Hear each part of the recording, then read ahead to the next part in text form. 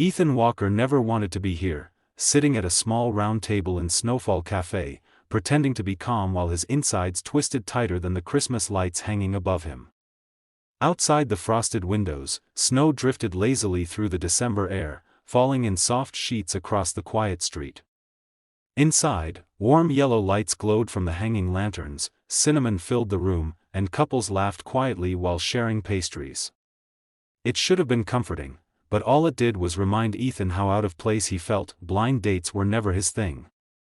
They weren't even supposed to exist in his world of school drop-offs, late shifts, laundry mountains, and bedtime stories. A world where he barely had time to breathe, let alone rearrange his life for romance. Romance felt like a foreign word, something from his past life, a life where he had a wife, a partner, a friend. A life before everything collapsed, but here he was. Because his best friend, Josh, absolutely refused to let him skip the idea of one simple Christmas date. It didn't help that Maya, his 7-year-old daughter, sat beside him in her little pink jacket. He had tried to find a babysitter, but nobody was available on Christmas Eve. He thought about canceling the date, but Josh had already begged, bargained, and practically shoved the café's location into his hands. Just go, man. She's different. She's patient. She's warm. You might actually like her.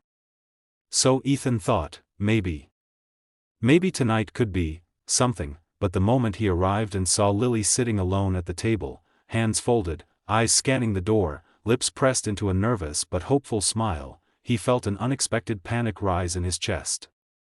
She looked beautiful but real, simple but elegant, like someone who didn't try too hard yet still glowed.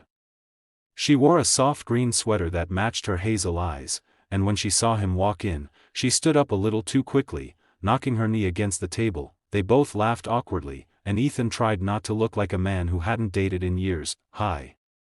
Ethan?" she asked, her voice gentle, like she wasn't sure if he might run away at any second. "Yes," he said with a polite nod. "Lily, right? Nice to meet you."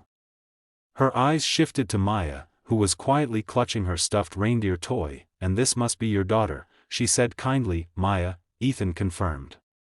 "I'm really sorry, I couldn't find a sitter tonight." "It's completely okay," Lily said quickly, shaking her head. "Actually, I think it's sweet you brought her." It was a nice thing to say. A kind thing.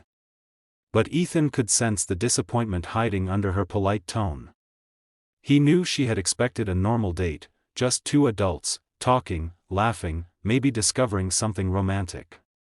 Instead, she got a father who showed up with baggage he couldn't hide even if he wanted to. They ordered warm drinks, hot chocolate for Maya, black coffee for Ethan, and peppermint mocha for Lily. And then the silence began. It started small, just a moment between questions. But then it stretched longer. And longer. Lily tried. "She really did. So, Josh told me you work in event lighting?" Ethan nodded. "Yeah. Mostly weddings.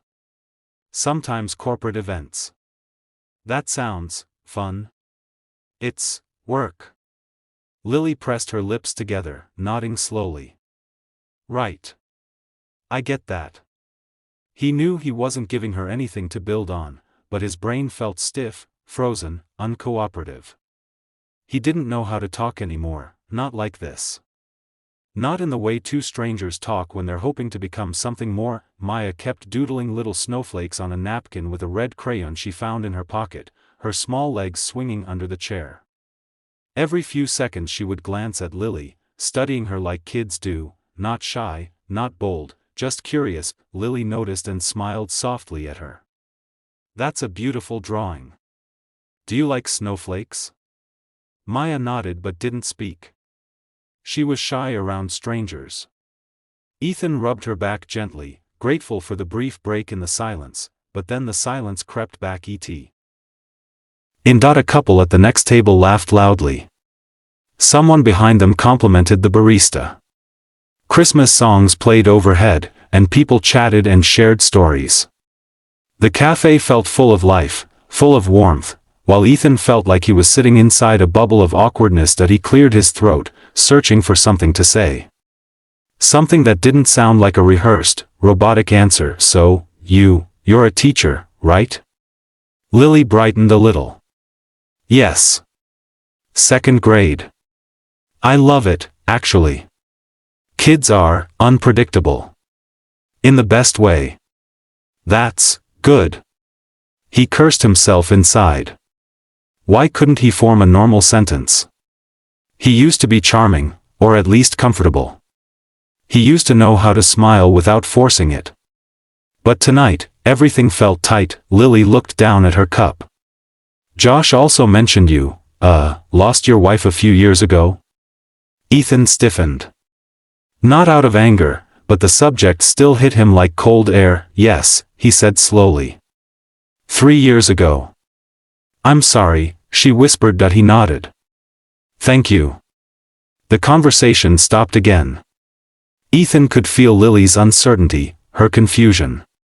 She was trying to be respectful, but she also didn't know whether to move on or ask more. He didn't blame her. He didn't know what the right thing was either. That he could almost hear what she must be thinking. He's not ready for this, that he's too closed off, this date was a mistake, and maybe she was right. That he watched her stir her mocha, eyes lowered as if she didn't want to meet his gaze and confirm her disappointment. Maybe he should put her out of her misery. Maybe he should apologize, tell her this wasn't going to work, give her an easy way out. That he opened his mouth to speak, and the spoon Lily was using suddenly slipped from her fingers and clattered to the ground. Oh, sorry, she said, embarrassed. It's okay, Ethan said automatically, but before either of them could move, Maya was already climbing off her chair. I'll get it, she whispered, crawling under the table. Maya, honey, it's fine, Ethan began, but she was already reaching for the spoon. He leaned back to give her space, and Lily laughed softly, covering her face with her hand. She's sweet, she murmured. Yeah, Ethan said, looking at his daughter. She's my everything. Lily smiled, genuinely this time. I can see that. For a moment, the tension loosened. Just a bit. Maya climbed out from under the table, holding the spoon like she had found treasure. But instead of handing it to Lily right away, she tugged on her father's sleeve first. Daddy, she whispered. Ethan bent down. Yes, sweetheart. But Maya didn't look at him. She looked at Lily, her small voice trembled with something Ethan didn't recognize at first. It wasn't nervousness, and it wasn't shyness. It was certainty. A strange, quiet certainty. She's nice, Maya said. She smiled at me like mommy used to. Ethan froze, the words hit him with a warmth that hurt. Maya rarely spoke about her mother to strangers. She rarely compared anyone to her. She didn't give her trust easily, not to teachers, not to parents of friends, not even to some of Ethan's relatives, but now, she saw something in Lily. Ethan straightened slowly, his throat tight. Lily hadn't heard the whisper, or maybe she pretended not to. She simply looked between father and daughter with kind eyes, unaware of the weight of what had just been said. Maya gently placed the spoon in Lily's hand. Here. Oh, Lily breathed. Thank you, sweetheart.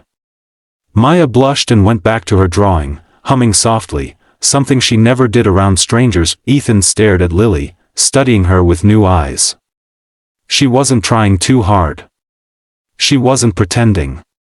She didn't talk to Maya like she was a burden, or a responsibility, or a detail to tolerate.